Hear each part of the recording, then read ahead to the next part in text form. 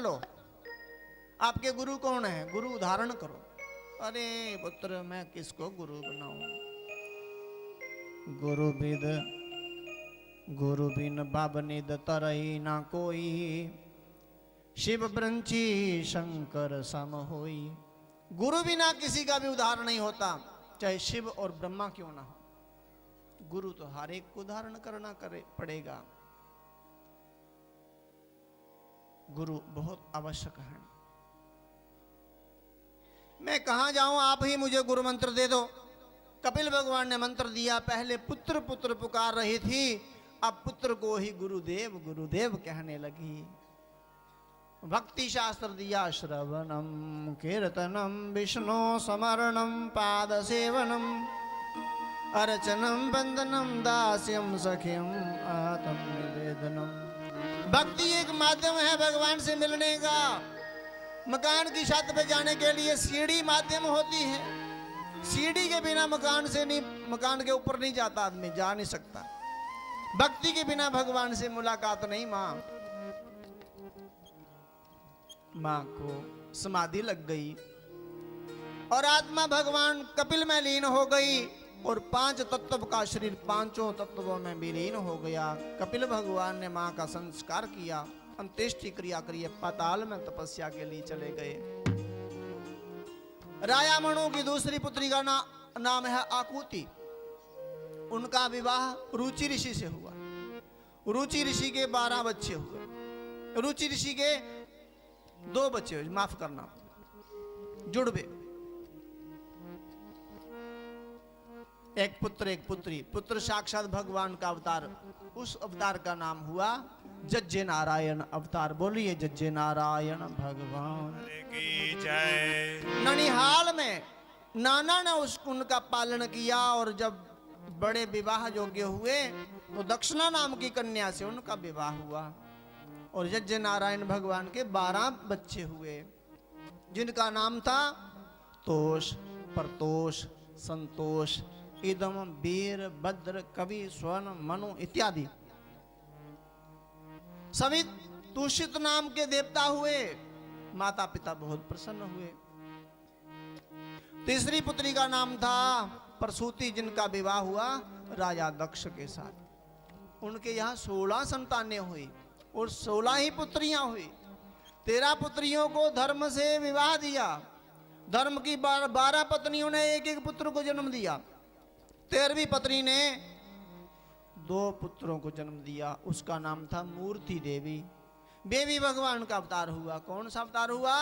नर नारायण। बोलिए नर नारायण भगवान की जय। प्रकट होते ही मां को प्रणाम किया। मां आज्ञा दीजिए, हम तप करेंगे। मां ने कहा वाह, मैं तो पुत्रवती हो गई। पुत्र को जन्म देने से कोई मां पुत्रवती नहीं होती।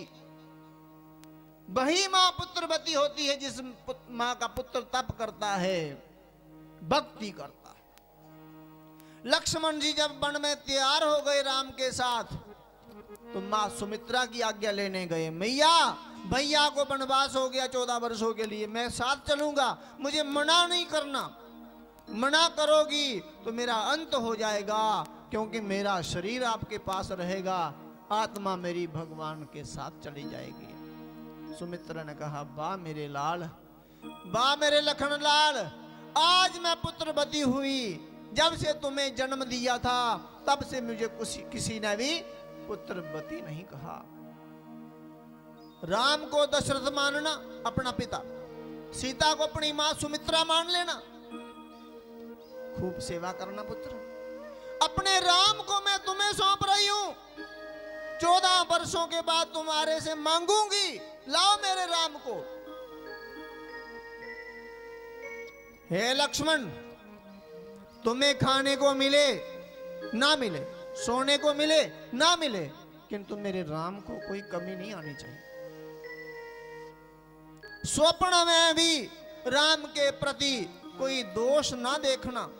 लक्ष्मण ने कहा मां सोऊंगा तब ना, सोऊंगा तब स्वप्न आएगा। आपने कह दिया कि राम मैंने आपको सौंप दिया, तो मां मैं दिन रात राम की सेवा करूंगा, भैया की सेवा करूंगा। रामायण में ऐसा आया है, रावण को मारना इतना कठिन नहीं था जितना कठिन मेघनाथ को मारना था। मेघनाथ ने ब्रह्मा से तप करके वर लिया था कि मुझे अमर करो। ब्रह्मा ने कहा मैं अमर नहीं कर सकता, कोई और वर मांगो। तो कहने लगा मेरी मृत्यु निश्चित है तो मुझे ऐसा वर दीजिए, मेरी मृत्यु उस महान पुरुष के हाथ से हो जिसने 12 वर्षों तक बिस्तर ना देखा हो, जो बिस्तर पे सोया ना हो, 12 वर्षों तक जिसने नारी का मुख नहीं देखा हो।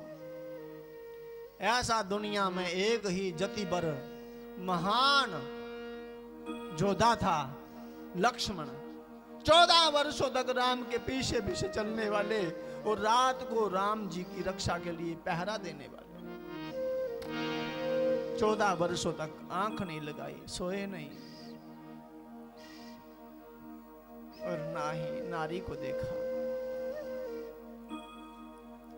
राम जी को मैया कौशल्या ने कहा था, राम आज मैं लक्ष्मण तुम्हें सौंप रही हूं। किसने कहा आपको लक्ष्मण को ले चलो? नहीं मान रहा मां, आप बना लो इसको। नहीं माने तो हे राम, लक्ष्मण मैं आपको सौंप रही हूं। 14 वर्षों तक लक्ष्मण आपके पीछे चलेगा, सदा पीछे ही चलता आया, पर 14 वर्षों के बाद लक्ष्मण को आगे करके लाना। मैं पहले लक्ष्मण का मुख देखूंगी, बाद में तुम्हें देखूंगी। यदि मेरे लक्ष्मण को कुछ हुआ, राम अयोध्या मत आना, मेरे दूध की लाज रखना। और जब लक्ष्मण को बरसी लगी तो राम कहते, लक्ष्मण मैं भी समुद्र में कूद जाऊंगा, अग्नि में समा जाऊंगा, किंतु बाई को खोने के बाद मैं अयोध्या नहीं जाऊंगा। मैं ये बात सुनना नहीं चाहता कि पत्नी के लिए भाई मरवा दिया। सच में राम लक्ष्मण को अयोध्या में आगे करते, लक्ष्मण आगे हो जाओ, आज मां कौशल्या आपको पहले देखेगी।